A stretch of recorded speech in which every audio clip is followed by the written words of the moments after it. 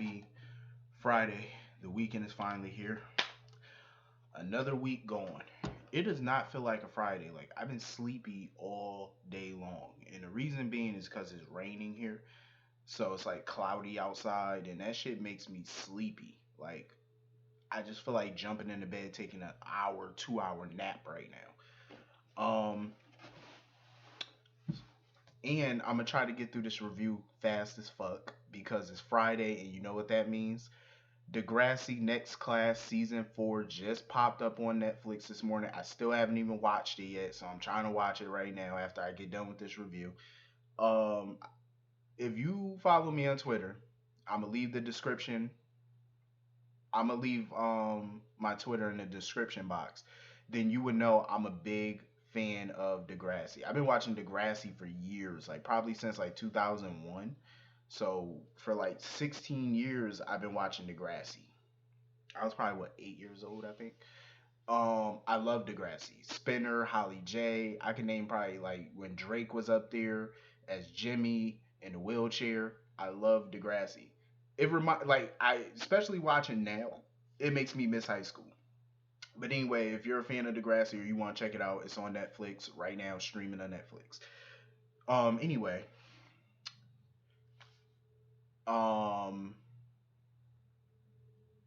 getting into this video, today's episode. I love today's episode. I loved it. Well, not all of it. I love the wedding. That's pretty much what I watched this episode for today was the wedding. That's all I cared about was the wedding. Everything else, I could throw it away. The Jocelyn scenes was actually, where her and Oscar were pretty good, but I'm gonna get into that in a minute. Let me just say this about this man Lander shit. I didn't care for it today. I didn't care for Amy, Nathan, Nina today. I really just did not care. I was like fast forwarding all their scenes today. I just did not care.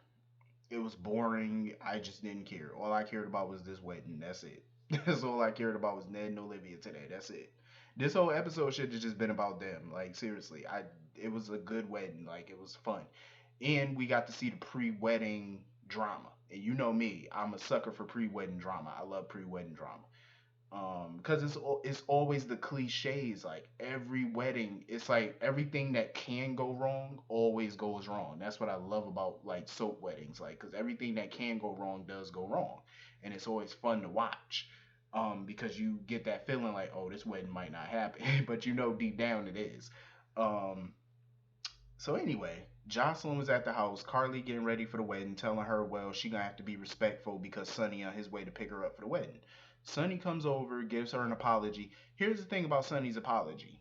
I respect his apology. I question his sincerity because just a couple months ago he was acting like he didn't care that he hurt Jocelyn by having her father deported. Remember how he kept saying, "Oh, Jocelyn would get over it, whatever." But then you come over to her house trying to give some apology like you're sincere, saying, "Oh, if you could fix it, da da da da." You lashed out, you were angry. You hope that she can forgive you one day. I questioned the sincerity of it because just a couple months ago you were saying how she'll get over it, whatever. You just acted nonchalantly. So that's why I question the sincerity of that apology. Like, was he being sincere or was he just saying all the right things to get her to come around and forgive him to make his relationship with Carly make it, them getting back together, make it easier for them. You know what I mean? To have Jocelyn back on their side.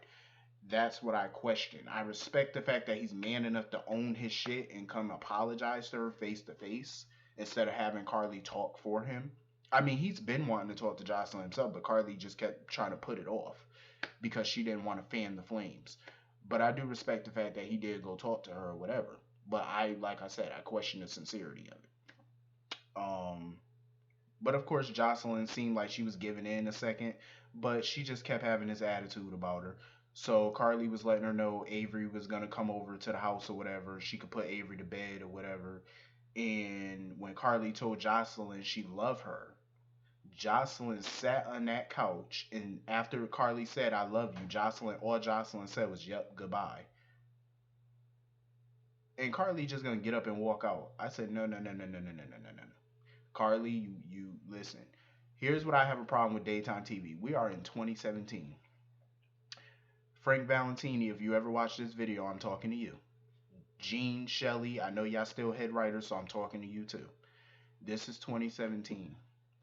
When your parent says, I love you, and all you do is roll your eyes on the couch and say, yup, goodbye, in the house that they're paying for, Carly should have got up and got her belt. That's all I'm saying. You should have whooped her ass. That's all I'm saying. It's time for y'all to start whooping these kids. The level of disrespect was so real in this episode today. It was like, wow. I just looked at her myself and was like, she really just say that? She's your mother sat there and said, I love you. You said, yup, goodbye. Totally dismissed her, mind you. Dismissed her out of her own house. Carly just got up, huffed and puffed, and walked out the door. I said, no, no, no, no, no. This is what's the problem with parents, man. I'm like, I didn't grow up that way. Let me say some shit like that. My head would be literally hanging on this wall. That's where my head will be, right there, on that wall, like a deer. Let me say some shit like that. No, no, it ain't going down. See, the problem with these kids, man, they need an old fashioned ass whooping. They need a Joe Jackson ass whooping. You know how Joe used to whoop his kids? You know, the Jackson 5 and stuff? He used to tear their ass up. Even for minor, that's for minor shit. He used to whoop their ass. I remember I watched a movie, and you know the miniseries back in they made it in what 92. I ain't watch it till years ago, when I was little. Joe Jackson was about to whoop their ass because they left a towel in the swimming pool. He was about to beat their ass just for that. I ain't never heard nobody getting their ass whooped for leaving a towel in the swimming pool. But he was about to whoop their ass. The only thing saved them was their mother, Catherine Jackson. That's the only person that saved them from that ass whooping. If they leave a shoe in the floor, they got their ass whooped. So you sitting there talking about yup, goodbye, dismissing your mother like that, you would have got the pimp slap. I'm telling you. Let me calm down. Gene, Shelly, Frank, start writing this shit in the script, please, that these kids can get their ass whooped on TV. Please do. Because you need to have some realistic parenting on this show. I'm just saying. Please. Realistic. I'm just saying. So then this chick, right after they leave, Oscar texts her. She goes to the bridge to go meet him. And this is a cliche because I hate when people say this. Oscar had flowers in his hand. Mind you, Oscar knew Jocelyn was coming to meet him, right? She asked him, "Are those flowers for me?" Why do every woman ask that question? Whenever like a guy, I seen this shit in other TV shows, movies. Every time a guy got flowers, the chick always say, "Are those for me?" Who else are they for? The boogeyman? Who else? He knew you were coming. Obviously, what other girls he meeting at the bridge besides you? Obviously, the flowers are for you. Why would you ask? I hate when they ask that question.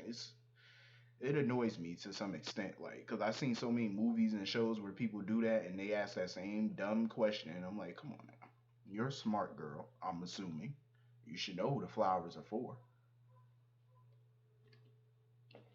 Oh my god. Anyway, moving on. So everybody's trying to keep Olivia from seeing the media headline from her drunken arrest the night before. And Olivia basically is having like a little diva moment. She freaking out. Ned is in the hotel room with the guys and Lulu and Charlotte, trying to make sure nobody tells Olivia about the news of her arrest because it's all online. So Monica, Laura, Lulu, they all show up and stuff like that. So she gets a call that her wedding dress, I guess, is running late or whatever. Then they find out, Monica goes to check in on it at the front desk. Lulu calls the company or whatever, and they find out that the delivery truck broke down 3 hours from the Metro Court. They're 3 hours away and it broke down. Olivia's pissed because she ordered the dress late. Um, so they look up the company or whatever, the website and stuff like that or whatever. So it keeps redirecting Kiki, and that's when Olivia takes the tablet and she sees the media headline of her arrest the night before. So now she's freaking out. And basically, she's not having it. She feels like it's a sign that she shouldn't be marrying Ned. So Lulu texts Dante letting him know that Olivia saw the headline. They tell Ned, and Ned comes down there banging on the door. He doesn't care, about not seeing your bride before the wedding. So here's my thing. Why do people believe in these superstitions on their wedding day? Do all females believe? I want to know from you female viewers. Like, do you all believe in that? Not seeing the bride before the wedding is a bad sign, like it's a curse. I don't believe in stuff like that. I really don't. I don't believe in that. But he had his back turned. Ned had his back turned to Olivia, so he wouldn't, you know, see her or whatever. And Olivia basically told him she doesn't care. The wedding is off, and she felt like she brought shame to the Quartermain name. I had to agree with Monica and Laura on this. The Quartermains themselves have brought plenty of shame to their name over the years, especially Tracy. Tracy and the rest of the Quartermains have done way worse than Olivia. Olivia was arrested because of a misunderstanding. The rest of the Quartermains that brought shame to the name did their dirt on purpose. It was no misunderstanding. They did it on purpose. Look at all the mobsters and gangsters and thugs that Tracy done married and had her name up in the headlines. Come on now, they've all done worse. But I can understand where Olivia's coming from though, because she feels pressure marrying into the Quartermain family because you're marrying into a wealthy family, a family with such lineage and such, rich history in that town. You know what I mean? They have a lot of influence, a lot of everything. So, the pressure of marrying into that family has gotten to her. That's why she feels like she's not worthy. And she also feels like Tracy doesn't like her, which is not true. At first, Tracy didn't approve, but that's typical Tracy. Tracy doesn't approve of nothing really, but that's just her exterior. You know what I'm saying? Inside, of course, she approves. She likes Olivia, and that would, she even sent Tracy actually sent Ned and Olivia a wedding present, champagne glasses with their names on them, which I thought was a very nice of Tracy. She also left a letter for Ned and Olivia. Ned's letter basically told him how much she loved them, and she wished that she could express certain things before she left, and how she's sorry she couldn't make it to the wedding and stuff like that. I felt like that was very nice of Tracy. Um, I wish Tracy Jane Elliott could have been at the ceremony, but we know that it wasn't going to happen. But I wish that she could have. Um, you know who else obviously was missing from the wedding? Why don't the writers ever bring up Ned's daughter Brooklyn? She definitely should have been at the wedding. Like I hate how they try to make it seem like Ned doesn't have a kid. Like seriously, they could have at least mentioned Brooklyn. I don't know if they did. I didn't. If they did, I probably didn't hear it. But I don't recall them mentioning her whereabouts and why she wasn't at the wedding. I wish that she was. Um, so you know, Monica went to go talk to Nina, and she actually got a dress from Nina, a wedding gown for Olivia to wear. So Olivia pushed Ned out the way and told him, you know what, the wedding's back on. So I'm happy for that. And Nell was worried about not having a good dress for the wedding, so Nina hooked her up, which I thought was nice. So anyway, when Jocelyn, met up with Oscar on the bridge, they were talking about, family and stuff, and she's really heartbroken over Morgan, over his death because they were close. That was her brother, they were close, and she's still not over it. She probably never will be. And she's just going through a lot of things right now. She was hit hard when Morgan died, and now her dad was deported. It's like everything is just crashing around her, and she's lashing out. And at least she can talk to Oscar about it. I feel like she was dead wrong for sneaking out of the house, and she definitely needs to be punished. Hint, hint. She needs an ass whooping. But Jocelyn needs to learn that you are, at the end of the day, a child. If your mother grounded you and told you stay your ass at home, you stay your ass at home. There is no negotiation. There's no conversation. Your mother tell you to do something, you do it. Point blank. She told you don't leave the house, you stay your ass at home. So apparently, I guess on Monday she definitely gonna get it because Jocelyn is just running amok and it needs to stop ASAP. I would have sent her ass to boot camp. You know me. I would have sent you to boot camp. That was seriously. But anyway, Oscar was saying how he didn't know his father because basically his father and mother just hooked up. She got pregnant, he bailed, I guess. So Oscar never met his dad. I feel bad for them, because they are going through a lot, but at least they could talk to each other about it. But she lucky she got her phone back. Hell yeah, I could talk on the phone. You ain't have to sneak out the house. So anyway, Carly and Sonny show up to the ceremony first. They start talking or whatever. They go on the balcony. That's when Michael and Nell pop up at the ceremony. Carly sees Nell, and you already know what it is.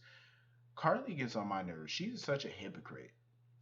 You disapprove of Nell and Michael dating, but mind you, you basically try to explain yourself knowing, to Jocelyn, and Jocelyn keeps telling you how much she doesn't approve of you and Sonny, but you don't care. You're gonna do what you want. So how can you do whatever you want, but then be all up in Michael's face about somebody that you don't approve that he's dating? Like that just shows that you're a hypocrite. So you can try and tell Michael he shouldn't be with Nell, but Jocelyn should mind her business when it comes to you and Sonny, though. How that sound? I mean, granted, she's right in that instant because Jocelyn is a child, but Michael's not a child. He's a grown ass man. He runs a multi-million-dollar company. He does not live under your roof. He's not on your payroll. You don't pay his bills. You don't pay nothing for him. He makes his own money. He's independent. So who are you to tell him who he can and cannot date? I mean, I get it. She has reservations about who he's dating, and she has a right to voice her opinion. But at the end of the day, that man is grown. He gonna do what the fuck he want to do. At the end of the day, I am sick of these parents, not just in real life, but even on TV, like trying to come between people that are together because you don't approve. Like it's not your place. Your son is grown. He makes his own money. He makes his own living. You can't tell him what to do. You know, stay out of his business. I mean, like I said, she has a right to voice her opinion, but back off. Once he tells you to back off, you need to back off. You need to respect his decision. Just because you don't like it, too bad. It's not your life. It's his. And I feel like the more she tries to push Michael away from Nell, the more they're gonna, get together. The more he's gonna want her. So I think is it's in her best interest to back off. Um, so the other guests start arriving. Laura arrives. Um, Ned, Dylan, Dante, the ring bearers come out. Leo and Rocco, and Charlotte is the flower girl. Lulu apparently couldn't make it to the ceremony because she felt ill, which I thought was dumb because we just seen Lulu. So apparently she's not at the ceremony because she's sick all of a sudden. I guess they couldn't find another ugly pink dress for her to put on. Um, So during the entire ceremony, which was a beautiful ceremony, Carly kept staring a hole into Nell. I'm like, Carly, come on. See, this is why I didn't want Carly and Sonny at this wedding. Because we don't need Corinthoses at this ceremony. This is a quarter main event. We don't need Corinthoses. Sorry. They should have stayed home and watched the movie. I'm just saying. They were not needed for this ceremony. Positive vibes only.